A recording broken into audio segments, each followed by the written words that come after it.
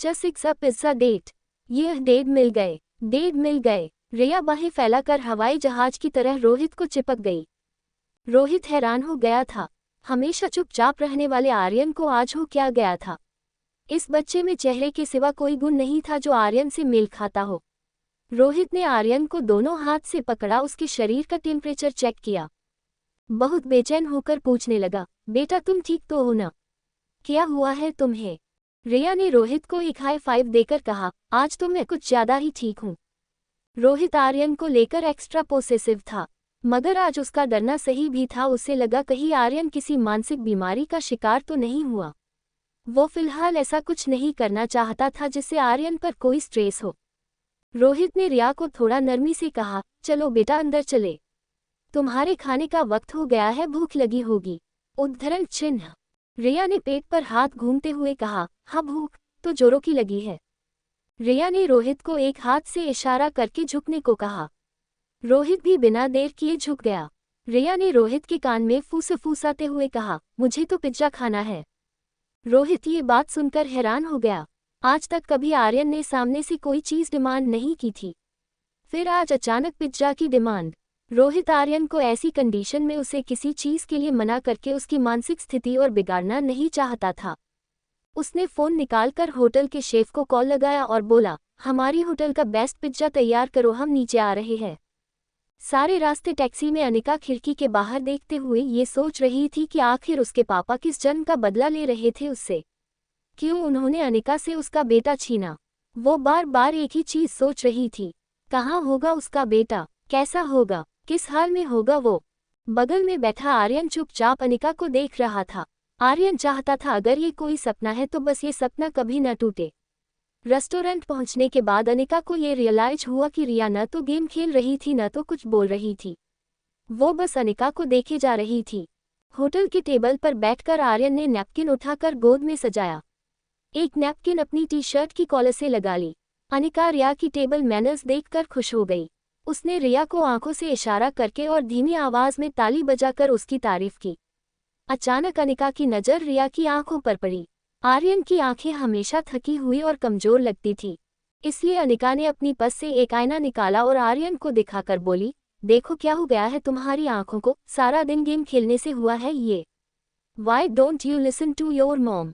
आर्यन ने ये सुनते ही मुस्कुराकर अनिका से पूछा, mom I will listen to you.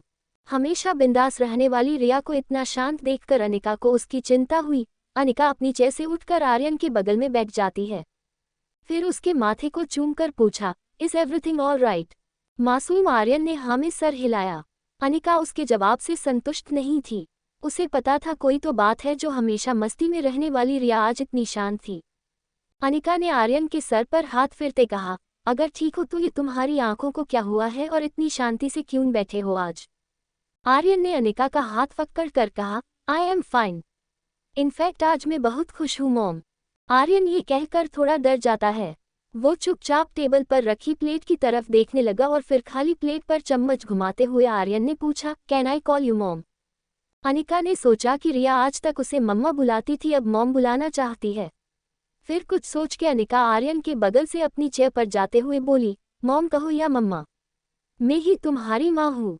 Aryan जोर से चिल्ला पड़ता है, सचमुच? आर्यन ने अपने टेबल पर खड़े होकर अनिका के सामने बाहें फैलाकर कहा, आई लव यू मॉम। दोनों ने हक किया और मेनू उठाकर पिज्जा ऑर्डर करने लगे। होटल पैराडाइज में रिया रोहित का हाथ पकड़े हवा में पाँव उछालती हुई होटल की कॉफी शॉप में दाखिल हुई। आर्यन का ऐसा बर्ताव रोहित ने पहले कभी नहीं देखा था। कॉफी शॉप में पहुंचकर रिया ने कहा, रुको, डेट टेबल सिलेक्शन मेरा होगा। रिया ने ऐसा टेबल चुना जहां से लिफ्ट का दरवाजा ठीक से दिखे। उसे अपने दोस्त को पहचानना था जो ब्लैक जीन्स और ब्लैक टी शर्ट पहने लिफ्ट से निकलेगा। रोहित रिया की हर एक हरकत बड़े ध्यान से देख रहा था। तभी टेबल पर एक लार्ज पिज्जा आया। रिया पिज्जा देखकर खुश हो गई। उसने एक बड़ा सा पीस उठाया और एक बड़ा बाइट ले लिया। रोहित को ऐसे टेबल मैनर्स बिल्कुल पसंद नहीं थे। उसने आर्यन को हमेशा सिखाया था कि नैपकिन गले और गोद में लगाकर फोक और नाइफ से खाना चाहिए, मगर आज उसे आर्यन को बड़े प्यार से संभालना था, इसलिए वो कुछ नहीं बोला। रिया मुंह में पिज्जा का बड़ा टुकड़ा होने के बावजूद बोलने लगी, मम्मा ने आपको कैसे ढूंढा? रिया की बातें सुनकर रोहित का टेंशन बढ़ने लगा। रोहित कुछ बोल पाए उसे पहले रिया खुद ही आगे बोल पड़ी। चलिए ये बताए कहाँ थे आप अब तक। ये सब सुनकर रोहित स्तब्ध था और सोचे जा रहा था कि उसके बेटे को आखिर हो क्या गया है। वो क्यों ऐसी अजीब अजीब बात कर रहा है। ना चाहते हुए भी धीरे धीरे उसे सनी की बात सच लग रही थी। कहीं उस अनिका ने आर्यन पर जादू तो नहीं किया। मारवा ग्रुप की 22 कंपनी स्टॉक एक्सचेंज में लिस्टेड थी। मनाली में इंटरनेशनल लेवल की एक आधुनिक मल्टी स्पेशलिटी हॉस्पिटल थी। इतना बड़ा एम्पायर होने के बावजूद रोहित को अपनी पूरी लाइफ एक सेकंड में फीकी लगने लगी थी। सब कुछ फिजूल लगने लगा था। उसने तय कर लिया चाहे कुछ भी हो जाए वो आर्यन को अनिका के चंगुल से बचा कर रहेगा। रोहित हाथ की मुट्ठी बनाए मुंह को लगाकर कुछ सोच रहा था। रिया अब पिज्जा पर से अपने फेवरेट टॉपिंग्स चुन चुन कर हाथ से निकाल कर खाने लगी। तभी उसका ध्यान सामने बैठे रोहित के मसल्स पर गया। रेगुलर एक्सरसाइज की वजह से रोहित का शरीर फिट था। फ्लैट एब्स, टोन्ड मसल्स उसके टुक्सेडो शर्ट से भी साफ नजर आ रहे थे। रिया ने रोहित के बाइसेप्स देखे और अपने छोटे छोटे हाथों से उसे दबाकर कहा, वाओ, मैंने सोचा था उससे काफी ज्यादा हैंडसम और स्ट्रोंग हो आप मुझे एक हाथ में पकड़कर राउंड घुमाना, बड़ा मजा आएगा। आर्यन की कमजोर मनस्थिति समझते हुए रोहित के पास उसकी बातें मानने के अलावा और कोई चारा नहीं था। वो आर्यन को समझाते हुए कहने लगा, देखो बेटा, मैं तुम्हारी सारी बातें मानूंगा। तुम्हारे जी में आए वो करो, बस मेरी एक बात मान लो। देखो, तुम उस शातिर औरत जो 2402 रूम में रहती है, उसकी बात मत सुनो।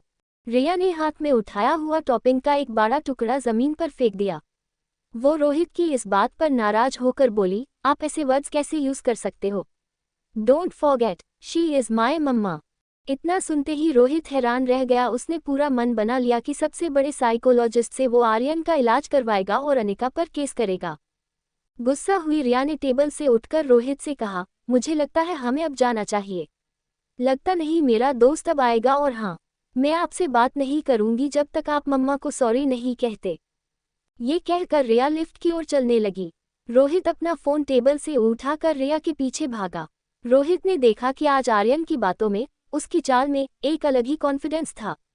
उसने हमेशा चाहा था आर्यन भी बाकी बच्चों की तरह स्ट्रॉन्ग और कॉन्फिडेंट हो, मगर इस तरह का ओवर बदलाव उसे हजम नहीं हो रहा था। लिफ्ट के पास जाकर रिया अटक गई। वो रोहित की ओर मुड़कर बोली, मुझे वॉशरूम जाना है। रोहित रिया का हाथ पकड़कर उसे लॉबी के अंत में ले जाता है। रोहित जैसे ही उसे अंदर ले जाने लगा, रिया ने उसे रोक लिया। वेट, आप अंदर नहीं आ सकते। Don't you know that? ऐसा कहकर रिया लेडीज वॉशरूम में चली गई।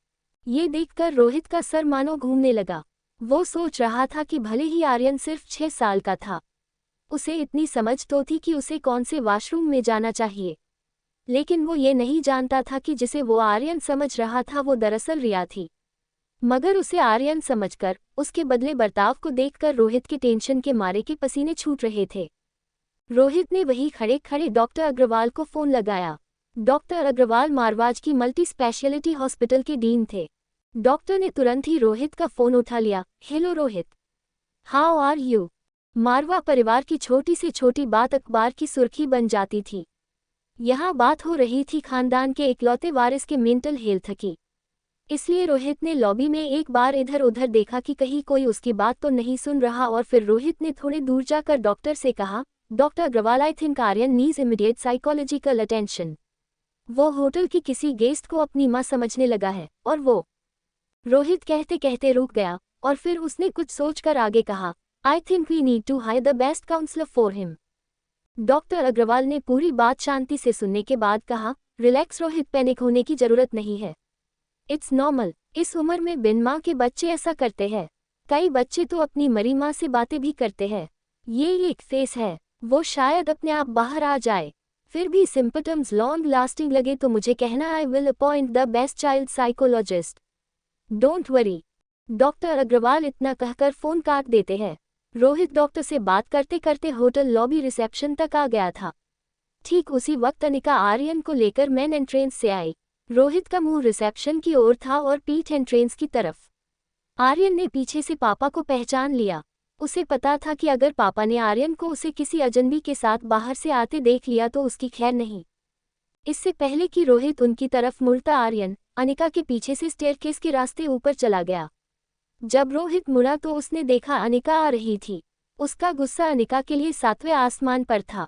वो अचानक अनिका का रास्ता रोककर खड़ा हो गया तो अनिका के मुंह से चीख निकल गई। आसपास खड़े लोग अपना काम रोककर रोहित और अनिका को देखने लगे। रोहित किसी की भी परवाह किए बिना अनिका पर टूट पड़ा। क्या चाहिए तुम्हें? क्यों कर रही हो ऐसा मेरे बेटे के साथ? अनिका को लग रहा था रिया उसके पीछे है। वो रिया के सामने कोई तमाशा नहीं चाहती थी। अनिका ने अपनी मुट्ठी कसकर अपना गुस्सा दबाया और रोहित से बोली, देखिए मुझे लगता आपको कोई गलतफहमी हुई है। इससे पहले कि अनिका अपने बचाव में आगे कुछ कहती रोहित ने उसकी बात काटकर कहा, कितने पैसे चाहिए तुम्हें? तुमने जितना सोचा होगा उससे ज्यादा दूंगा, बस हमसे दूर रहो। ये सुनकर अनिका ने अपना कंट्रोल खो दिया और उसने अपने हाथ से रोहित को रोकते हुए कहा, आगे कुछ मत बोलना। अनिका ने एक लंबी सांस ली और गुस्सा दबाकर बोली, देखिए आप मेरी बच्ची के सामने मुझ पर ऐसे इल्जाम लगा रहे हैं जिनका कोई मतलब ही नहीं। रोहित अनिका की बात सुनकर शॉक हो गया, क्योंकि अनिका के साथ तो कोई था ही नहीं। रोहित अनिका के पीछे देखने लगा। तभी अनिका ने भी मुड़कर देखा। अनिका हैरान हो गई, वहां रिया नहीं थी। अनिका पैनिक होकर लॉबी में रिया को आवाज देने लगी, रिया, रिया कहाँ हो तुम? परेशान अनिका ने पर्स से फोन निकाला। रोहित समझ नहीं पा रहा था कि यह सब अनिका का दिखावा था या सचमुच उसकी बच्ची खोई थी। अनिका पूरी लॉबी में रिया को ढूंढने लगी। एक हाथ से उसने रिया को फोन लगाया। रिया का फोन बज रहा था लेकिन वो जवाब नहीं दे रही थी। बेहद घबराए अनिका बार बार फोन लगाने लगी। वहीं वॉशरूम में रिया वॉश बेसिन के टैप तक नहीं पहुंची रही थी। उसने बड़ी मुश्किल से अपनी एडियो को ऊंचा करके अपने हाथ धोए। उसकी जेब में फोन काफी देर से बज रहा था। हाथ धोने के बाद गीले हाथों से ही उसने फोन रिसीव किया और बिना फोन कान को लगाए बोली, मैं वॉशरूम में हूँ। इतना कहकर रिया ने फोन काट दिया। रिया की इतनी बात सुनकर अनिका की जान में जान आई। अपने हाथ घुटनों पर रखकर सांस लेने लगी। जैसे ही थोड़ी स्वस्थ हुई वो वॉशरूम की ओर दौड़ी। वहां आर्यन टॉप फ्लोर पर अपने कमरे का दरवाजा नोक करने लगा। कुछ देर बाद जब सनी ने दरवाजा खोला तो आर्यन को बाहर देखकर वो यकीन नहीं कर पाया। उसने तेजी से आर्यन को उठा लिया और तुरंत दरवाजा बंद कर दिया। उसे डर था कहीं रोहित ने आर्यन को कमरे के बाहर देख लिया तो आर्यन के साथ साथ उसकी भी खैर नहीं। आर्यन को डाइनिंग टेबल के ऊपर बैठकर घबराए हुए सनी ने पूछा, तुम बाहर कब गए? भैया ने तुम्हें देखा होगा तो तुम्हारा जो होगा सो होगा। मैं अपने मोबाइल से हाथ धो बैठूंगा और एक बात बता दूं, अगर मेरा मोबाइल मुझसे छीन लिया गया तो मैं तुम्हें नहीं छोड़ूंगा। अनिका के साथ डिनर करने के बाद आर्यन काफी खुश लग रहा था। उसे सनी चाचू की बातों पर हंसी आ रही थी। उसने अपने एक हाथ से इशारा करके सनी को पास बुलाया और फिर सनी के कान में कहा, पापा देखिए उससे पहले मैं निकल आया।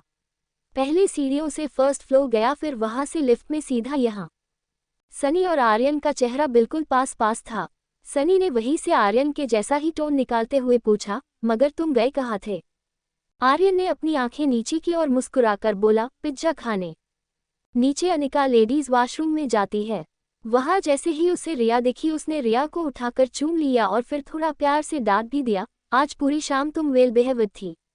होटल में आते ही तुम्हारी शैतानी शुरू। रिया भी मम्मा को किस करके कहती है, आज का पिज्जा बहुत टेस्टी था।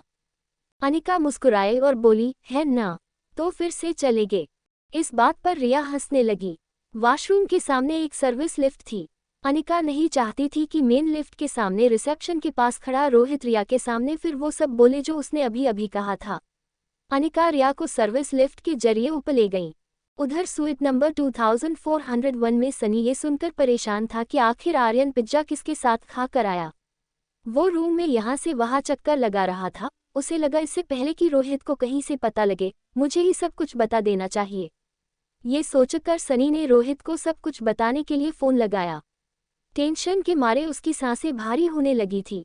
जैसे ही दूसरी तरफ से रोहित ने फोन उठाया, सनी हिम्मत करके सब कुछ एक सांस में बोल गया, भैया आर्यन पिज्जा खा के आया है। लेकिन इसके बाद रोहित ने सनी को जो कहा वो सुनकर सनी गहरे सदमे में चला गया। रोहित ने कहा, हाँ मैं ही उसे ले गया था। अब शौक लगने की बारी रोहित की थी, पर एक सेकंड वो रूम में है मतलब आर्यन ऊपर तुम्हारे साथ है। सनी रिलीफ के साथ कहता है, हाँ वो तो आ गया। रोहित को आर्यन का बिहेवियर बिल्कुल पसंद नहीं आ रहा था मगर उसे डॉक्टर अग्रवाल की बात याद आई, ये फेस है, निकल जाएगा। रोहित सनी से कहता है, ठीक है मैं भी आता हूँ। रात के 11 बज चुके थे। अनिका अपने सूट के बेडरूम में बेड पर लेट गई। सारे दिन की थकान के बाद अब उसके शरीर की कमजोरी उसकी आंखों में साफ दिखाई दे रही थी। वहां बगल में रिया बेड पर लेटी तो थी, मगर नींद उससे कोसों दूर थी। रिया की आंखों के सामने बार बार एक ही फिल्म चल रही थी। रिया, मम्मा और डैड किसी बीच पर घूमने गए हैं और रिया डैड के कंधों पर बैठी है। रिया ने कच्ची नींद में सोई अनिका से पूछा, मम्मा कितना अच्छा होगा अगर आप और डैड साथ ही रहो। अनिका की कच्ची नींद अब गहरी हो चुकी थी, इसलिए उसने रिया की बात नहीं सुनी। रिया ने भी अनिका को सोते हुए देखा। उसे पता था कि मम्मा को नींद मिलना उसके शरीर के लिए कितना जरूरी था, इसलिए उसने मम्मा को डिस्टर्ब ना करने का सोच के उसे हक करके अपनी आंखें बंद की, ये सोचकर कि शायद नींद आ जाए। वहां आर्यन की भी हालत कुछ वैसी ही थी, खुली आंखें और नींद गायब। आर्यन अपने कमरे में हमेशा डैडी के साथ सोता था, मगर आज उसके पास मॉम के साथ बिताए वक्त की स्वीट मेमोरीज थी। दोनों बच्चों की आंखों से नींद गायब थी, लेकिन दोनों के पास अब एक उम्मीद थी, यह उम्मीद कि बहुत जल्द हम मॉम एंड डैड के बीच सोएंगे। च 7 मेरी गो राउंड। मॉर्निंग बर्ड्स की मीठी आवाज़ों के बीच आर्यन की आंखें खुली। बीती रात उसे काफ़ी अच्छी नींद आई थी, और क्यों ना हो, आर्यन ने जिंदगी में पहली बार माँ का स्पर्श महसूस किया था। मगर उसे पता था चाहे कुछ भी हो जाए, रोहित को कल के बारे में पता नहीं चलना चाहिए। आर्यन धीरे से अपना सर पिलो से उठाकर कमरे में देखने लगा। रीडिंग टेबल पर रोहित लैपटॉप पर रोज की तरह अपने मेल्स चेक कर रहा था। आर्यन ब्लैंकेट हटाकर बेड से उतर गया, अपने स्लीपर्स पहने और बाथरूम में चला गया। रोहित की आंखें भले ही लैपटॉप स्क्रीन पर थी, उसका ध्यान पूरी तरह से आर्यन पर था। वो मन ही मन भगवान से प्रार्थना कर रहा था, बस आर्यन पहले की तरह नॉर्मल हो जाए। डॉक्टर अग्रवाल का कहा सच हो, वो बस आर्यन का एक फेज हो जो निकल गया हो। आर्यन ब्रश करके बाथरूम से बाहर आया। रोहित के पास जाकर एक ओबीडियंट बच्चे की तरह बोला, गुड मॉर्निंग डैड। रोहित ने आर्यन के कंधे पर हाथ रख के विश किया, गुड मॉर्निंग आर्यन। चलो नाश्ता कर लेते हैं, फिर तुम रेडी हो जाओ, टीचर आने वाली होगी। आर्यन हाँ में सर हिलाकर लिविंग एरिया की तरफ जाने लगा। रोहित की नज़रें अब भी आर्यन के बर्ताव पर थी, जो अब बिल्कुल पहले जैसा हो गया था। रोहित ने लैपटॉप बंद किया और आर्यन के पीछे लिविंग रूम में गया। डाइनिंग टेबल पर रोज की तरह होटल के सर्विस स्टाफ ने नाश्ता सजा दिया था। Orange juice, bread toast, butter और सलाद। आर्यन ने अपने ग्लास में जूस लिया और प्लेट में सलाद लेकर खाने लगा। रोहित ने राहत की सांस ली। आर्यन पहले की तरह नॉर्मल हो गया था। Manali city area. इस बीच कामिनी तेज कार चलाकर किसी का पीछा कर रही थी। थोड़ी थोड़ी देर में मुड़ते रास्तों पर बेपरवाह होकर कार चलाना खतरनाक हो सकता था, मगर कामिनी को ये फिक्र थी कि कुणाल उसकी आंखों से दूर ना हो जाए। कामिनी सुबह 7 बजे से कुणाल के घर के बाहर अपनी कार में कुणाल के निकलने का इंतजार कर रही थी। 9 बजे जैसे ही कुणाल निकला, कामिनी उसका पीछा करने लगी। बर्थडे पार्टी के बाद ना तो कुणाल कामिनी का फोन उठा रहा था और ना ही कॉल बैक कर रहा था। कामिनी को कुणाल का ये बर्ताव बहुत अजीब लग रहा था, इसलिए कामिनी कुणाल का पीछा करके पता करना चाहती थी कि आखिर कुणाल कहाँ और किसके साथ बिजी है। कुणाल अपनी कार काफी तेजी से चला रहा था। कुछ देर तक कामिनी ने कुणाल का पीछा किया। कुणाल की गाड़ी होटल पैराडाइज के गेट पर रुकी। कामिनी थोड़ी दूर रुक गई। उसने देखा कुणाल ने गेट पर सिक्योरिटी से कुछ बात की और गाड़ी लेकर अंदर चला गया। कामिनी कुणाल को पता नहीं चलने देना चाहती थी कि वो उसका पीछा कर रही थी। कामिनी ने अपनी गाड़ी वहीं पार्क कर दी। कामिनी चलकर होटल में एंटर हुई। उसने देखा कुणाल वैलेट पार्किंग के लिए अपनी कार दे रहा था। कुणाल होटल लॉबी से होते हुए लिफ्ट तक गया। कामिनी मेन एंट्रेंस के शीशे से कुणाल पर नजर रखे हुई थी।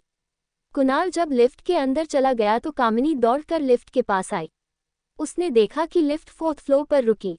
कामिनी तुरंत बगल वाली लिफ्ट में गई और 4th फ्लोर का बटन दबाया। जैसे ही लिफ्ट 4th फ्लोर पर रुकी, कामिनी ने बड़े ध्यान से लिफ्ट के बाहर झांक कर देखा। कॉरिडोर खाली था। कामिनी चुपके से बाहर आई। कॉरिडोर की राइट साइड से कुणाल की आवाज आई। कामिनी ने दीवार के कोने से लगकर देखा। कुणाल होटल के कुछ स्टाफ मेंबर्स को इंस्ट्रक्शंस दे रहा था, मेरे दोस्त यहाँ शाम 6 बजे से आना शुरू हो जाएंगे। उन्हें किसी भी बात की कमी नहीं होनी चाहिए। कुणाल ने जेब से पैसों की गड्डी निकाली और उनके हाथ में रख दी। कुणाल लगभग धमकाते हुए उन्हें कहने लगा, और पैसे चाहिए तो मिल जाएंगे, मगर याद रखना कोई गलती नहीं होनी चाहिए। इसके बाद कुणाल उनके साथ बॉल रूम में चला गया। कामिनी दीवार के कोने से दबे पांव बॉल रूम के दरवाजे पर जा पहुंची। उसने दरवाजे से झांककर देखा तो कुणाल अपने हाथ हिलाकर कुछ समझा रहा था। सारा हॉल फूलों से सजा देना, और हाँ, ये बीच में एक स्पॉटलाइट और मुझे एक फॉलो लाइट भी चाहिए। जब मैं वह दरवाजे से अंदर आऊंगा मेरे हाथ में फूलों का गुलदस्ता होगा। मैं चाहता हूँ कि वह फॉलो लाइट मुझे फॉलो करे। मैं चलकर लड़की के पास आऊंगा और जैसे ही मैं उसके पास पहुंचूं उनकी सारी लाइट ऑन कर देना। ठीक इस वक्त डीजे से कहना कि मेरा सिलेक्ट किया हुआ गाना बजा दे।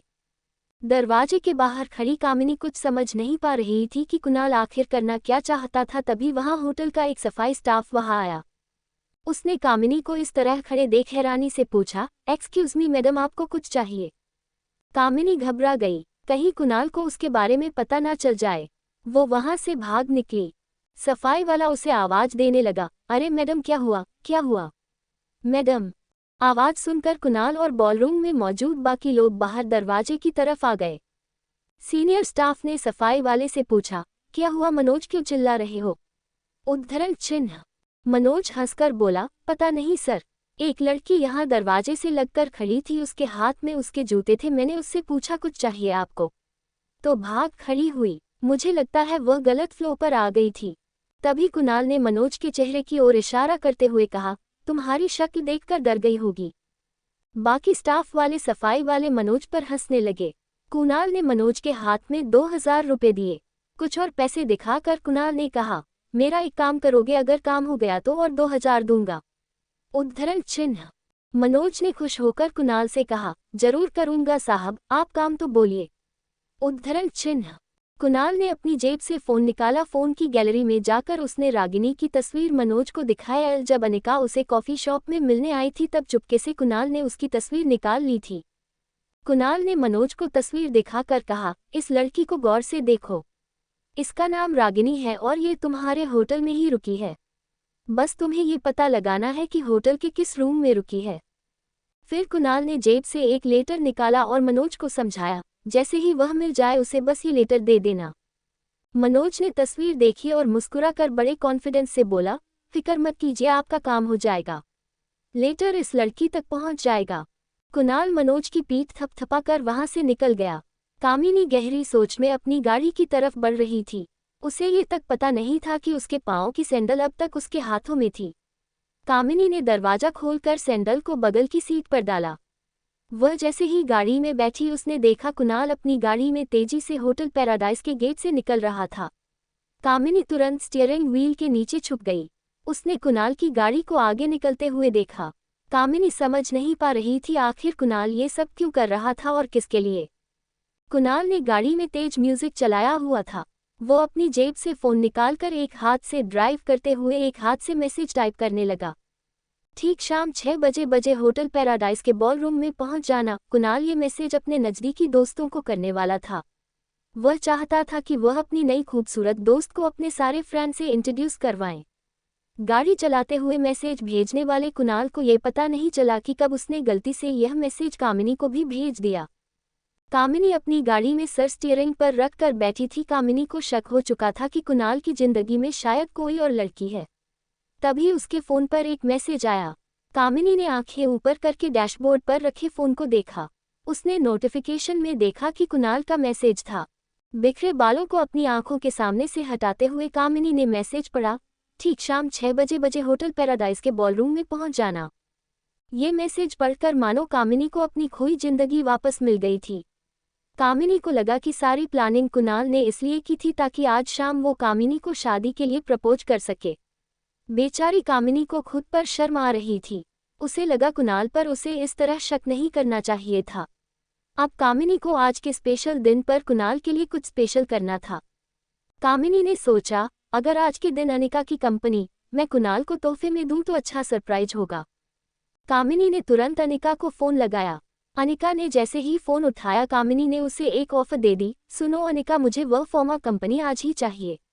कीमत जो तुम चाहो, तुम्हारी सोच और औकात से कहीं ज्यादा कीमत देने को तैयार हूं मैं। अनिका उस वक्त रिया के साथ बैठकर उसके स्कूल प्रोजेक्ट पूरे करने में मदद कर रही थी। अनिका रिया से थोड़ा दूर होकर बोली, मैं जितना कमा लेती हूँ उतने में मैं और मेरी बच्ची खुश हैं। इससे ज्यादा ना मेरी कोई ख्वाहिश है ना ही जरूरत।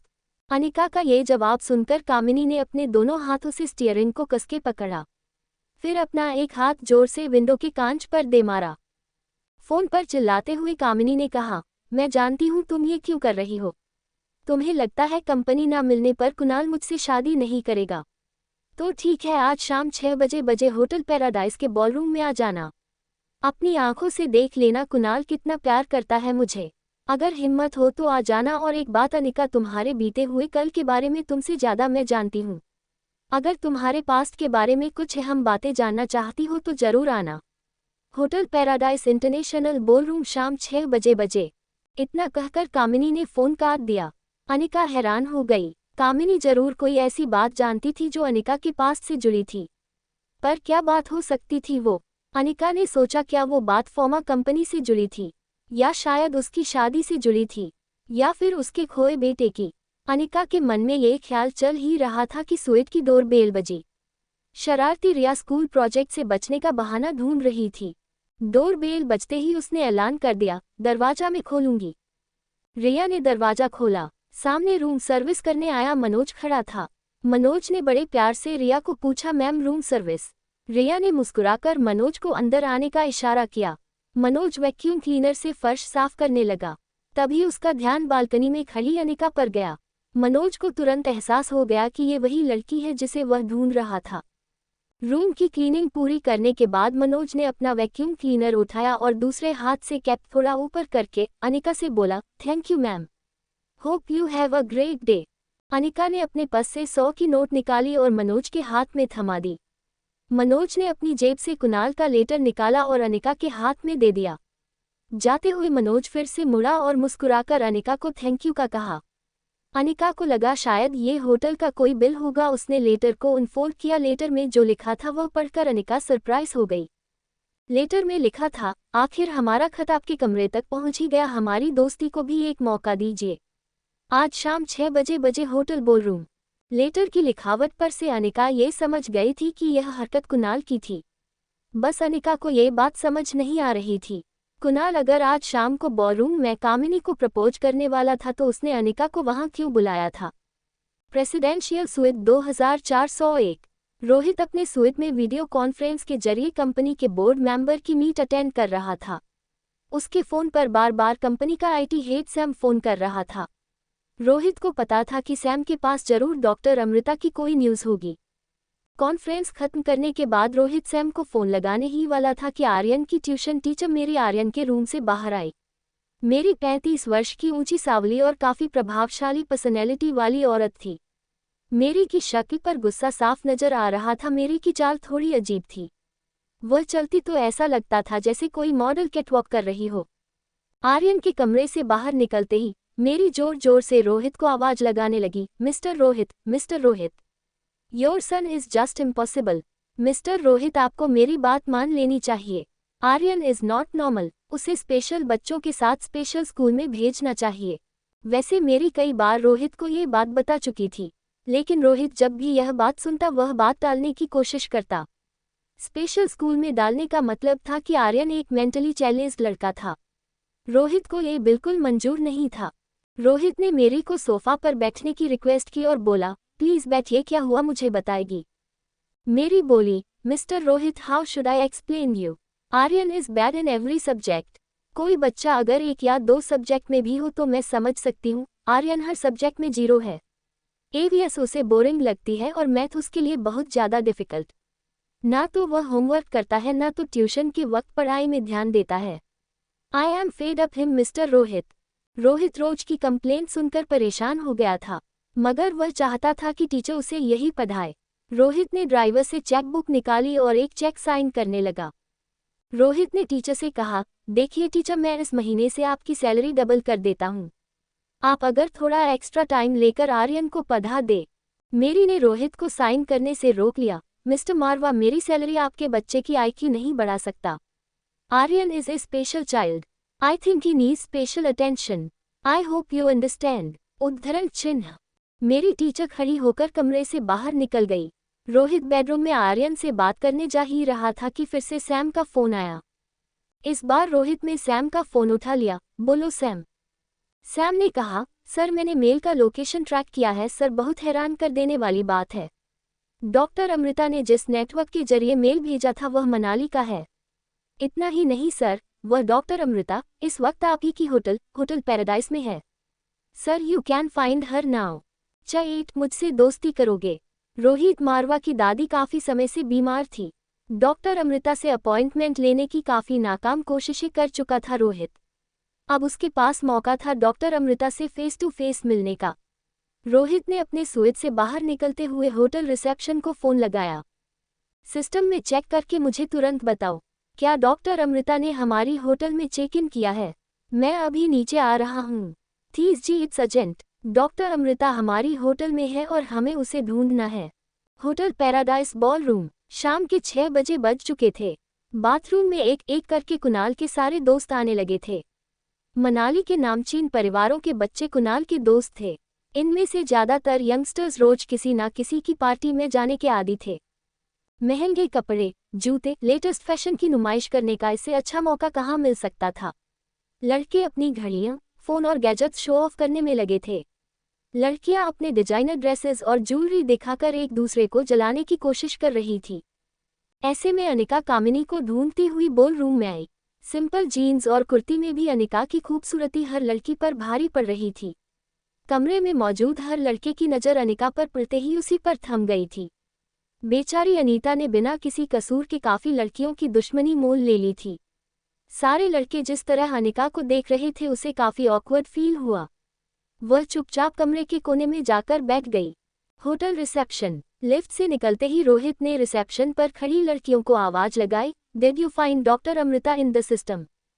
एक रिसेप्शनिस्ट जो कंप्यूटर पर कुछ चेक कर रही थी, उसने कहा, sir doctor Amrita is not our guest.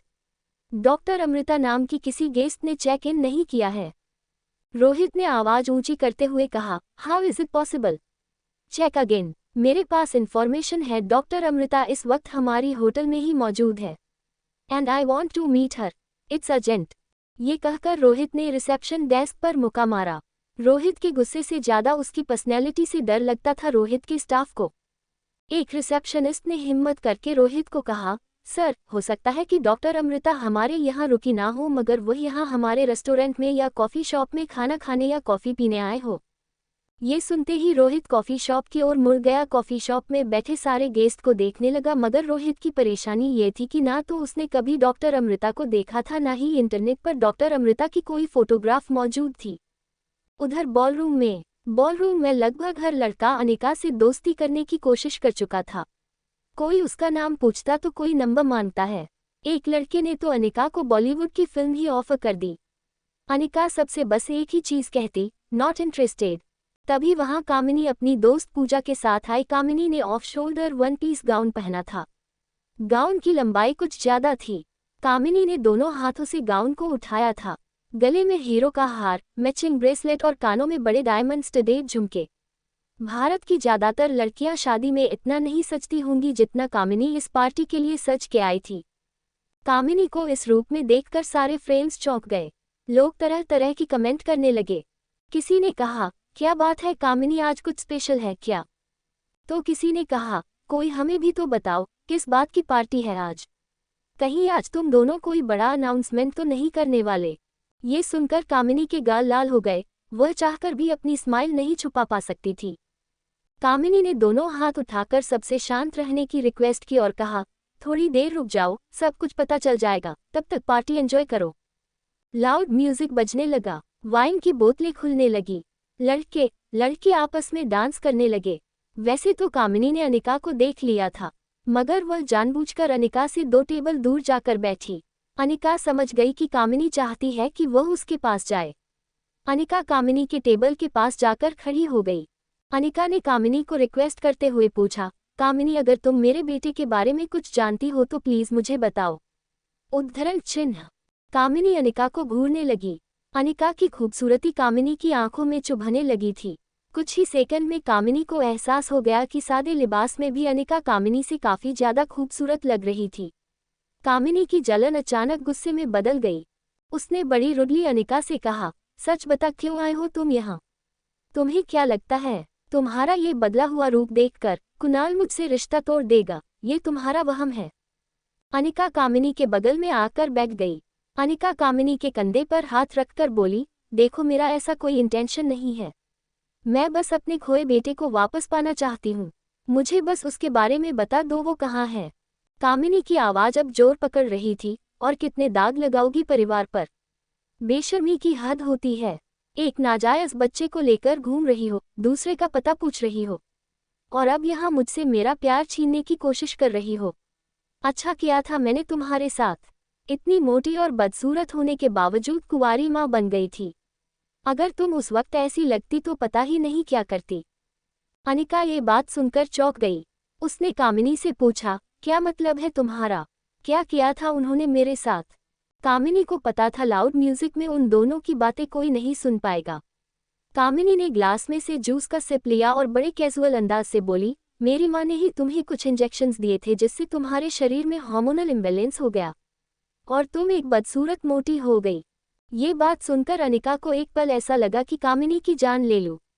सौतेली बेटी होने की कोई इतनी बड़ी साझा कैसे दे सकता था? अनिका के चेहरे का रंग उड़ते देख कामिनी को मजा आने लगा था। जले पर नमक छिड़कते हुए कामिनी ने कहा, मगर तुम्हारा मानना पड़ेगा, इतनी मोटी और बदसूरत होने के बावजूद पता नहीं किस आवारा के साथ रात बिता कर आई थी। छी, तुम्हें तो सौतेली बहन कहने में भी शर्म आती है। अब जाओ यहाँ से, कुणाल दोबारा तुमसे रिश्ता नहीं जुड़ेगा। अनिका को ये सारी बातें तीर की तरह चुभ रही थी, मगर वह सब कुछ बर्दाश्त करती गई क्योंकि उसे उसके बच्चे तक पहुँचने का कोई क्लू चाहिए था। वो फिर से कामिनी को गिड़गिड़ा कर पूछने लगी, देखो कामिनी, तुम्हें कुछ भी पता है मेरे बेटे के बारे में तो प्लीज़ बताओ मुझे। मैं तुम्हारे आगे हाथ जोड़ती हूँ। अनिका की तड़प उसकी आंखों और उसके शरीर में साफ दिखाई दे रही थी। वो कैप्टे हाथों से कामिनी के आगे गिड़गिड़ाने लगी। गलती से जूस का गिलास कामिनी के कपड़ों पर उलट गया। कामिनी अपना गाउन झटकते हुए खड़ी हुई। You stupid woman, stay away from me. मैं जानती हूँ तुम यहाँ किस मकसद से आए हो। Get out from here. उद्धरण चिन्ह। कामिनी ने अनिका को धक्का मारा। अनिका जमीन पर गिरी। उसे तो नहीं लगी, मगर उसका फोन टूट गया। तेज म्यूजिक में भी कामिनी की बातें काफी लोगों ने सुनी। कामिनी पूजा के साथ अपना ड्रेस ठीक करने वॉशरूम चली गई। तभी अचानक बॉल रूम की लाइट्स ऑफ हो गई। मेन डोर की फॉलो लाइट शुरू हुई। जब गेट खुला तो अंदर कुणाल एक गिटार के साथ एंटर हुआ। दूसरी ओर होटल पैराडाइज कॉफी शॉप में रोहित हर टेबल पर जाके डॉक्टर अमृता के बारे में पूछ चुका था, मगर उसे डॉक्टर अमृता नहीं मिली। तभी उसे होटल के एक स्टाफ मेंबर ने कहा, सर 4th फ्लोर पर बॉलरूम में कुणाल डोगरा की पार्टी चल रही है, वहां जाकर चेक करें, शायद डॉक्टर अमृता कुणाल डोगरा की गेस्ट हो। ये सुनते ही रोहित बिना टाइम गंवाए बॉलरूम की ओर जाने लगा। बॉलरूम में चारों तरफ अंधेरा था। स्पॉटलाइट सिर्फ कुणाल पर थी। कुणाल ने गिटार की स्विंग पर एक बार जोर से उंगलियां फेरी और सबका ध्यान अपनी ओर खींच लिया। बड़े फिल्मी अंदाज से कुणाल बोला, आज मैं अपने दिल की बात एक लड़की से कहने वाला हूँ। बस आप सबका मुझे उसमें थोड़ा सा साथ चाहिए। अंधेरे में लोग आवाज करने लगे, अरे कौन है वह लड़की, हमें भी बताओ। अरे भाई जरा खुल के बोलो, जो कहना चाहते हो। तो कहीं से आवाज आई, एक काम करो, कोई अच्छा सा गाना गाओ। बॉलरूम में हल्की लाल लाइट ऑन हुई। कुणाल की नज़र फोन ऑन करने की कोशिश करती हुई अनिका पर पड़ी। कुणाल की उंगलियां गिटार स्ट्रिंग्स पर घूमने लगी। वो गिटार पर एक रोमांटिक धुन बजाने लगा। सब लोग सुर में ताली बजाकर और चुटकी बजाकर उसका साथ दे रहे थे। वॉशरूम से कामिनी पूजा के साथ बाहर आई। कामिनी ने देखा कि उसने कुणाल की एंट्री मिस कर दी थी। उसने अपना एक पाँव जोर से जमीन पर पटका और पूजा से कहा, उस अनिका ने पूरी शाम का मजा खराब कर दिया। पूजा ने कहा, शाम तो अभी शुरू हुई है, तुम अपना मूड मत बिगड़ो। देखो कुणाल तुम्हारे लिए कितनी अच्छी धुन बजा रहा है। हाय काश कोई मुझे भी इतना प्यार करता। कुणाल की उंगलियां गिटार पर जादू बिखेर रही थी। वह धुन बजाते हुए बिल्कुल धीरे धीरे अनिका की ओर बढ़ रहा था।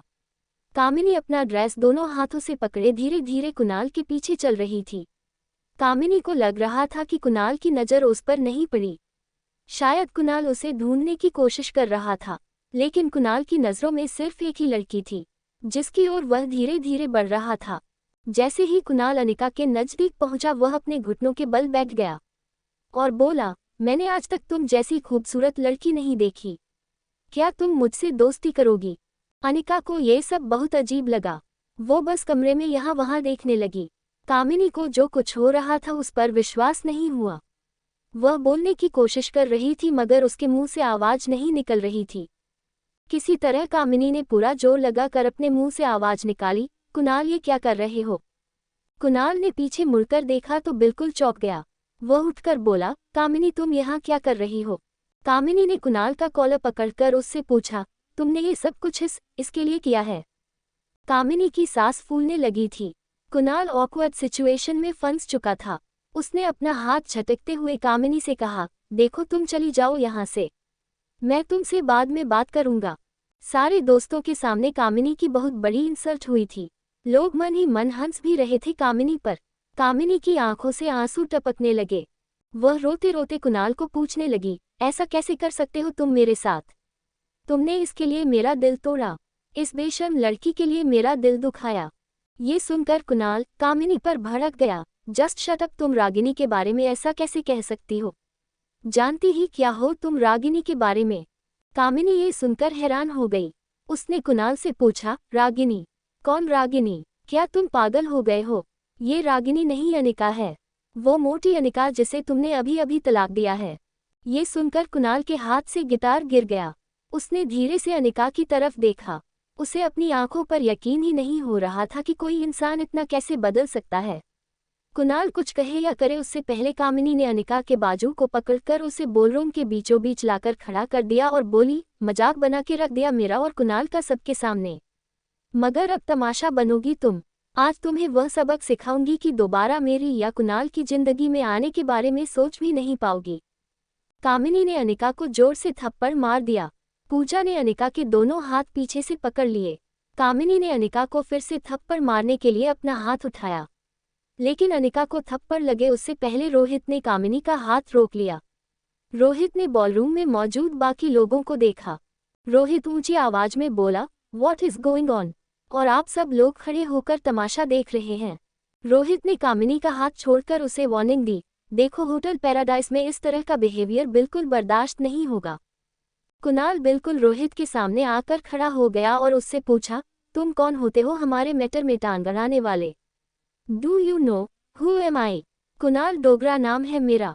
कभी रोहित के पीछे खड़े सिक्योरिटी गार्ड ने कहा, यह है मिस्टर रोहित मारवा, इस होटल के मालिक। कुणाल के पांव अपने आप थोड़ा पीछे हो गए।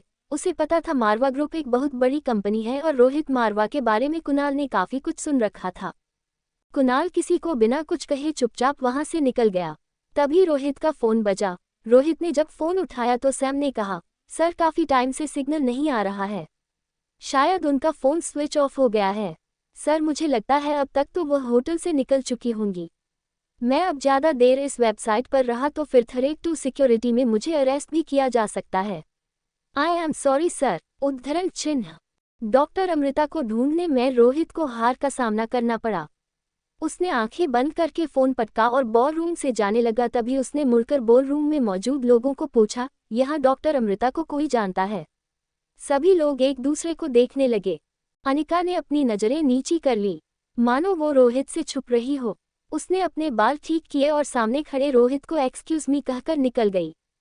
Presidential suite. रोहित के प्रेसिडेंशियल सूइट में सनी टैबलेट पर गेम खेल रहा था। सनी एक काफ़ी इंटरेस्टिंग गेम के बीच था। सनी की टीम हार रही थी। उनके काफ़ी प्लेयर्स मर चुके थे। सभी प्लेयर मैसेज पर एक ही चीज़ लिख रहे थे, sweet angel come back and save us. तभी स्वीट एंजल की एंट्री हुई। स्वीट एंजल ने सनी के लिए मैसेज भेजा, तुम बस मुझे फॉलो करते जाओ। सनी ने भी वही करना शुरू किया। स्वीट एंजल एक के बाद एक मूव्स करती हुई ऑपोजिट टीम के प्लेयर्स को मारती गई। स्वीट एंजल का गेम कुछ ऐसा था कि मानो कोई इंसान नहीं कंप्यूटर खेल रहा हो। सनी जो पहले से स्वीट एंजल का फैन था उसके लिए यह बहुत बड़ी बात थी। आज उसे मौका मिला था स्वीट एंजल के साथ पार्टनर बनकर गेम खेलने का। फाइनली स्वीट एंजल ने ऑपोजिट टीम के सारे प्लेयर को मारकर गेम जीत ली। जीत पर सनी ने हवा में एक ऊंची छलांग लगाई। सनी और बाकी की टीम इतनी खुश थी मानो कोई जंग जीत ली हो। सनी ने स्वीट एंजल को गेम पर पर्सनल मैसेज किया, I am a big fan of you. आपके साथ खेलने का मौका मिला, यह मेरे लिए आज तक की सबसे बड़ी अचीवमेंट थी। आप जैसा गेमर शायद इस पूरी दुनिया में नहीं। You are the queen for us gamers. क्या मैं आपके बारे में ज़्यादा जान सकता हूँ? क्या आपकी कोई पिक मिल सकती है मुझे? I am your biggest fan, please one pic, एक बार मिलो मुझे। तभी स्क्रीन पर स्वीट एंजल का मैसेज आया, if you want to meet me you have to come to Manali. ये सुनकर सनी सोफा के ऊपर खड़ा हो गया। उसने मैसेज टाइप किया, कहीं आप मजाक तो नहीं कर रहे हैं? I am in Manali too. Sunny अपने पैरों पर स्प्रिंग की तरह उछलने लगा था। उसे आज अपने लक पर भरोसा नहीं हो रहा था। स्वीट एंजल का मैसेज आया। आगे रिया का मैसेज आया, okay come to hotel paradise international. इस मैसेज के बाद सनी की सांसें रुक गई। उसने एक 700 से भी ज्यादा क्वेश्चन मार्क भेज दिए। उसे यकीन नहीं हो रहा था कि स्वीट एंजल उसकी की होटल में रुकी थी। उसने कांपते हाथों से फिर मैसेज किया, which room are you staying in? I am also in hotel paradise international. Message type करने के बाद सनी ने अपनी आंखें बंद कर ली। उसके लिए यह मानना मुश्किल था कि यह सब सच है या उसका कोई सपना। आंखें खोलकर जब उसने स्वीट एंजल का जवाब पढ़ा, उसे यकीन हो गया कि यह कोई सपना ही है। स्वीट एंजल ने लिखा था, I am staying in the president sweet. साथ ही स्वीट एंजल ने अपनी सेल्फी निकालकर भेजी थी। स्क्रीन पर जो सनी ने देखा वह अपनी आने वाली जिंदगी में कभी नहीं भूलने वाला था। Sweet angel the famous internet gamer और कोई नहीं, हमेशा शांत रहने वाला उसका भतीजा आर्यन मारवा था। ग्राउंड फ्लोर पर पहुंचते ही मेरी फोन पर बातें करते हुए लिफ्ट से निकल गई। अनिका ने अभी अभी जो सुना था उस पर उसे विश्वास नहीं हो रहा था। एक औरत, एक टीचर किसी बच्चे के साथ ऐसा कैसे कर सकती थी? अनिका जानती थी कि प्रेसिडेंशियल स्वीट 2401 रोहित का है। इसका मतलब साफ था, ये औरत रोहित के बेटे के बारे में बात कर रही थी। बाहर खड़े लोग अनिका के निकलने का इंतजार कर रहे थे। बाहर खड़े एक बुजुर्ग ने अनिका से कहा, हेलो ब्यूटीफुल, क्या मैं इतना हैंडसम हूं कि तुम्हें लिफ्ट से बाहर निकलने का मन नहीं हो रहा? बाहर खड़े बाकी लोग हंसने लगे और ओल्ड मैन के सेंस ऑफ ह्यूमर की दाद देने लगे। अनिका अपनी सोच से बाहर आई। उसने सर झुकाकर सबको सॉरी कहा और लिफ्ट्स निकल गई। होटल लॉबी में अनिका ने देखा रोहित मारवा कुछ फॉरेन डेलीगेट्स के साथ कॉन्फ्रेंस रूम की ओर जा रहा था। अनिका को देखकर अचानक रोहित चलते चलते रुक गया। अनिका ने सोचा रोहित को जाकर सब बता दे, मगर तभी रोहित के एक गेस्ट ने कहा, mister Rohit, aren't you coming with us? Rohit ने अपना ध्यान अनिका से हटाकर डेलीगेट से कहा, oh I am sorry, please come with me. Anika ने एक हाथ से रोहित को रोकने का इशारा करते हुए कहा, एक्सक्यूज मी मिस्टर मारवा। ये सुनते ही रोहित के गार्ड्स ने अनिका को आगे बढ़ने से रोक लिया। रोहित डेलीगेट्स के साथ आगे बढ़ रहा था मगर उसका ध्यान पीछे अनिका पर था। गार्ड्स अनिका को आगे जाने नहीं दे रहे थे। अनिका ने बिना किसी की परवाह किए रोहित को आवाज लगाई, mister Marwah, your son is in danger, he needs help, चटेन हम शक्ल, your son needs help. Anika के मुंह से ये सुनते ही रोहित चलते चलते रुक गया। रोहित अनिका की तरफ मुड़ा और गार्ड्स को इशारा किया कि वह अनिका को आने दे। रोहित ने अपने गेस्ट से रिक्वेस्ट की कि वह कॉन्फ्रेंस रूम में बैठे, वो थोड़ी देर में आ जाएगा। जैसे अनिका रोहित की तरफ बढ़ी, रोहित के गार्ड दौड़कर रोहित के पास आ गए। गार्ड्स ने अनिका को डिस्टेंस बनाए रखने का इशारा किया। गार्ड्स अपनी बंदूकों के साथ अलग थे। मारवा कंपनी के दुश्मन कब किस तरह अटैक करें ये किसी को पता नहीं था। गार्ड्स को हर सिचुएशन के लिए सावधान रहना था। अनिका की बात सुनकर रोहित शॉक्ड हो गया था। उसने अनिका से पूछा, what do you mean by that? Anika guards को देखने लगी। गार्ड्स के सामने ये सारी बातें रोहित को बतानी चाहिए या नहीं ये सोचने लगी। अनिका के पास कोई प्रूफ नहीं था, लेकिन इस वक्त अनिका को खुद की सेफ्टी से ज्यादा बच्चे की सेफ्टी की फिक्र थी। अपने कंधे से लटके पर्स के बैग को अनिका ने कसके पकड़ लिया। गार्ड्स की ओर देखते हुए अनिका ने रोहित से कहा, देखिए mister Marwa, I think you should help your son, वह किसी मुसीबत में है। ये सुनकर रोहित की हैरानी और बढ़ गई। उसने अनिका से फिर पूछा, आप कहना क्या चाहती हो? प्लीज साफ साफ बताए। उद्धरण चिन्ह। अनिका और भी कंफ्यूज हो गई, क्या बात करें। अनिका तो लिफ्ट में मिली औरत को जानती तक नहीं थी। अनिका ने रोहित को समझाने की कोशिश की, देखिए मिस्टर मारवा, मुझे लगता है आपके बेटे को उसकी ट्यूशन टीचर मेंटल टॉर्चर दे रही है, जिसकी वजह से उसकी मानसिक हालत बिगड़ सकती है। बच्चे कभी कभी बातों को बहुत सीरियस ले लेते हैं और हमें पता भी नहीं चलता कि कब हमारा कहाँ गया एक झूठ उनके लिए। रोहित ने बीच में ही अनिका को रोक दिया, एक्सक्यूज मी, आप क्या कहना चाहते हैं? उद्धरण चिन्ह। अनिका को पता नहीं चल रहा था कि वह किस तरह से रोहित को समझाएं। अनिका का पैनिक बढ़ता जा रहा था। वह कोई मुसीबत में नहीं फंसना चाहती थी। अनिका ने लंबी सांस भर के रोहित की आंखों में आंख डालकर बोली, देखिए मुझे लगता है आपके बच्चे के साथ कुछ गलत हो रहा है और उसे आपकी जरूरत है। इतना कहकर अनिका वहां से चली गई। अनिका को इस तरह दौड़कर वापस जाते देखकर रोहित की एक गार्ड ने कहा, सर मुझे लगता है ये लड़की आपकी बहुत बड़ी दीवानी है, किसी न किसी तरह आपकी नज़रों में आना चाहती है।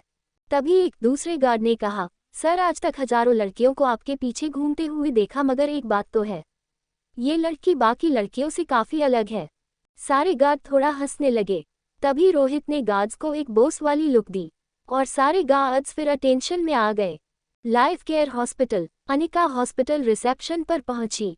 उसने रिसेप्शनिस्ट से ज्योति शर्मा का बेड नंबर पूछा। रिसेप्शनिस्ट ने अपने सिस्टम में चेक किया और अनिका से कहा, सेकंड फ्लोर रूम 932। जैसे ही अनिका लिफ्ट की ओर जाने लगी, रिसेप्शनिस्ट ने उसे रोककर कहा, एक्सक्यूज मी मैम, आपको इस फॉर्म पर अपना नाम लिखना होगा और ये विजिटर आईडी गले में पहनना होगा। अनिका ने फॉर्म भरने के लिए पेन उठाया, फॉर्म पर नाम लिख दिया, डॉक्टर अमृता गुलेरिया। अनिका को रियलाइज हुआ कि यहाँ वह डॉक्टर अमृता की पहचान छुपाकर आई है। उसने किसी तरह वह फॉर्म अपने पर्स में डाल दिया और रिसेप्शन पर पड़ा दूसरा फॉर्म भरने लगी। रिसेप्शन पर बैठी लड़की को ये थोड़ा अजीब लगा, मगर हॉस्पिटल में उसने इससे भी ज्यादा अजीब लोगों को अटेंड किया था। अनिका के पास से फॉर्म लेकर रिसेप्शनिस्ट ने उसे लिफ्ट का रास्ता दिखाया। अनिका रूम नंबर 32 के बाहर पहुंची। उसने देखा सामने की बेंच पर प्रीति सर झुकाए बैठी थी। अनिका के कदमों की आवाज सुनकर प्रीति ने ऊपर देखा। जैसे ही उसे अनिका दिखी वो दौड़कर अनिका से लिपट गई। प्रीति जोर जोर से रोने लगी। अनिका ने प्रीति के सर पर हाथ फेरते हुए उसे फिर से बेंच पर बिठाया। प्रीति को गले लगाकर अनिका ने कहा, शांत हो जाओ प्रीति, कुछ नहीं होगा बुआ को, मैं हूं ना। अनिका के आने से प्रीति को थोड़ी हिम्मत मिली थी। जैसे प्रीति थोड़ी शांत हुई, अनिका ने उससे कहा, मुझे बुआ के पास लेकर चलो। हॉस्पिटल रूम का दरवाजा खोलकर अनिका और प्रीति अंदर आए। अनिका ने देखा ज्योति बुआ हॉस्पिटल बेड पर आंखें बंद करके लेटी थी। ज्योति बुआ की हाथ में सलाइन लगी थी। उनके सर में लंबे लंबे मॉनिटरिंग वायर लगे थे जो एक मशीन से कनेक्टेड थे। अनिका ज्योति बुआ को पूरे 7 साल बाद देख रही थी और वो भी इस हालत में। ज्योति बुआ का शरीर बिल्कुल निर्जीव पड़ा था। सिर्फ मशीन में होती हलचल से पता चलता कि पेशेंट सांस ले रहा है। अनिका को अचानक बुआ का चेहरा कुछ धुंधला लगने लगा। अनिका की आंखों में आंसू थे। प्रीति के सामने अनिका को हिम्मत दिखानी थी। वो ईईजी मशीन के पास गई और रीडिंग चेक करने लगी। बुआ के बैग की बगल में उनकी केस फाइल रखी थी। अनिका ने फाइल की सारी रिपोर्ट्स एक के बाद के पढ़ना शुरू किया। रिपोर्ट्स पढ़ के अनिका समझ गई कि ऑपरेशन काफी ट्रिकी था। दरअसल ट्यूमर ब्रेन के ऐसे हिस्से में था जिसे ऑपरेट करते वक्त ब्रेन के किसी और हिस्से को डैमेज होने के काफी ज्यादा चांसेस थे।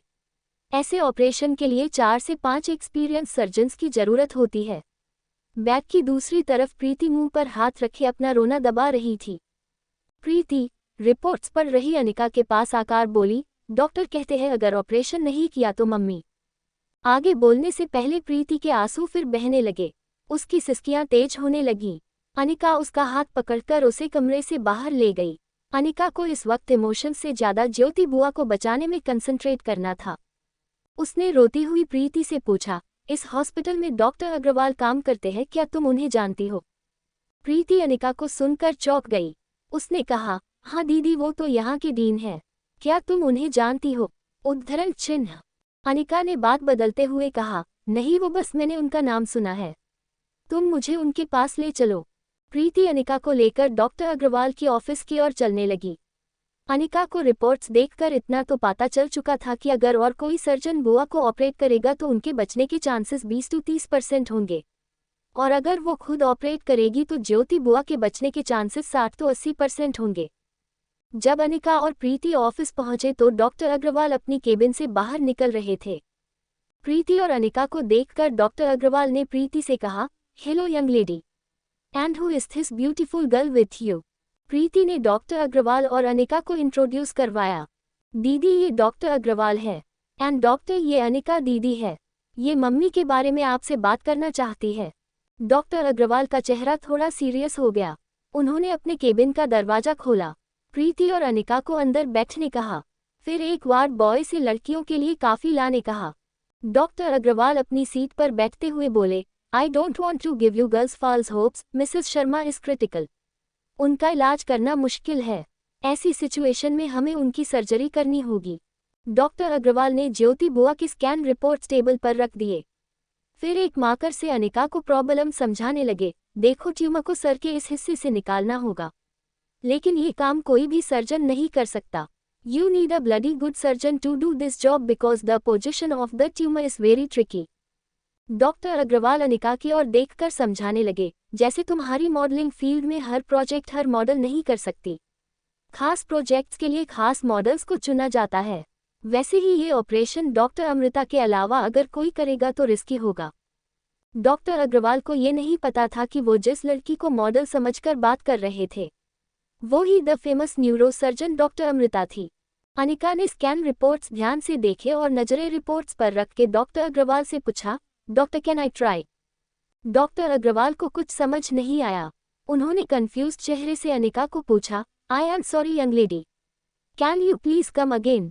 अनिका स्कैन रिपोर्ट पर अपनी उंगलियां घुमाने लगी। वो डॉक्टर अग्रवाल से कुछ कहने ही वाली थी, तभी केबिन का दरवाजा खोलकर कामिनी और मनीषा गुलेरिया अंदर आए। मनीषा ने अनिका को देखते ही डांट दिया, अनिका ये क्या तरीका है? बिना अपॉइंटमेंट के डॉक्टर अग्रवाल से कोई नहीं मिल सकता। पता नहीं है क्या तुम्हें, कब मैनर्स सीखोगी? डॉक्टर अग्रवाल को मनीषा की बात बिल्कुल अच्छी नहीं लगी। उन्होंने मुस्कुराते हुए अनिका की तरफ देखा और कहा, कोई बात नहीं, beautiful young girls need no appointment to talk to me. Anita की तारीफ अब कामिनी के बर्दाश्त के बाहर हो रही थी। डॉक्टर अग्रवाल के लिए अपने गुस्से को कामिनी ने किसी तरह दबाया। डॉक्टर अग्रवाल चलकर कामिनी के पास आए। उन्होंने कामिनी की पीठ थपथपाकर अनिका से कहा, देखो अनिका, कामिनी हमारी सेकंड ईयर की स्टूडेंट है। She is a bright student. उसने मिसेस ज्योति शर्मा की रिपोर्ट इंडिया की best neuro surgeon doctor Amrita को मेल की है और रिक्वेस्ट की है कि वह खुद आकर तुम्हारी ज्योति बुआ का ऑपरेशन करें। ये बात सुनकर अनिका अपना फोन चेक करने लगी। कामिनी ने ना ही उसे कोई मेल किया था, ना तो कोई रिक्वेस्ट की थी। मनीषा गुलेरिया कामिनी के सर पर हाथ रखकर डॉक्टर अग्रवाल से कहने लगी, डॉक्टर साहब, कामिनी बहुत ही इमोशनल है, अपनी बुआ से बहुत ज्यादा अटैच है। डॉक्टर अग्रवाल अपनी चेयर पर वापस बैठे और कामिनी से पूछा, कामिनी, डॉक्टर अमृता ने कोई जवाब दिया? कामिनी की शक्ल से साफ पता लग रहा था कि अब उसके मुंह से जो निकलेगा वह झूठ होगा। कामिनी ने अपनी जेब से मोबाइल निकाला, चेहरे पर झूठे एक्सप्रेशन देकर कुछ चेक करने लगी। फिर झूठ मूठ निराश होकर डॉक्टर अग्रवाल से बोली, no sir, no answer, I think वो बिजी होंगी। फिर उनके चार्जेस? मनीषा ने कामिनी को बीच में ही रोककर कहा, कितनी बार कहा है कामिनी, ज्योति बुआ के इलाज के लिए वह जो फीस मांगे मैं और तुम्हारे पापा चुका देंगे। आखिर एक ही तो बहन है उनकी। मनीषा का ये जेस्चर देखकर डॉक्टर अग्रवाल काफी इम्प्रेस हुए। उन्होंने मनीषा से कहा, मिसेज शर्मा इज लकी, जिन्हें आप जैसा परिवार मिला। उद्धरण चिन्ह।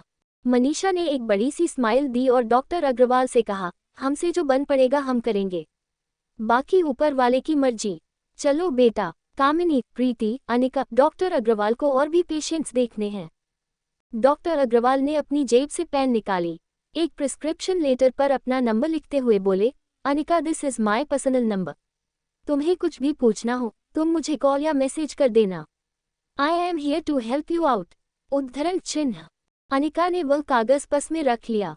जब अनिका केबिन से बाहर जाने लगी तभी डॉक्टर अग्रवाल ने अनिका से पूछ लिया, वैसे आप फिल्मों में काम करती हैं या टेलीविजन पर? इससे पहले कि अनिका डॉक्टर के सवाल का जवाब देती, कामिनी ने डॉक्टर अग्रवाल से कहा, सर, यह कोई मॉडल या एक्ट्रेस नहीं है, ये तो एक स्कूल ड्रॉप आउट है। 6 साल पहले मनाली छोड़कर भाग गई थी। शादी के दूसरे ही दिन पता चला ये तो पहले से प्रेग्नेंट थी। अब 6 साल बाद वापस लौटी है। अब जैसी भी है मेरी तो बहन है। डॉक्टर अग्रवाल अनिका को गौर से देखने लगे। उन्हें यकीन ही नहीं हो रहा था। मासूम आंखों वाली लड़की की सच्चाई ये थी। बेहद शर्मिंदा होकर अनिका केबिन से बाहर निकल गई। हॉस्पिटल की कॉरिडोर पहुंचकर अनिका ने पर्स से अपना काला चश्मा निकालकर पहन लिया। कामिनी, मनीषा और प्रीति उसके पीछे आए। मनीषा ने अनिका के कंधे पर हाथ रखकर कहा, ऐसा काम करती ही क्यों हो कि मुंह छुपाना पड़े? कामिनी अपने एक हाथ की उंगली में गाड़ी की चाबी गोल गोल घुमाने लगी। वह बहुत खुश थी। बॉलरूम में सबके सामने हुई उसकी इंसल्ट का आज उसने बदला ले लिया था। उंगली में चाबी घुमाते हुए वह प्रीति के पास गई और कहा, देखो प्रीति, तुम तो जानती हो कि मैं कितनी कोशिश कर रही हूँ ज्योति बुआ की जान बचाने की। डॉक्टर अमृता से कांटेक्ट करने की कोशिश कर रही हूँ, हॉस्पिटल के बड़े बड़े डॉक्टर से भी बात कर ली है मैंने।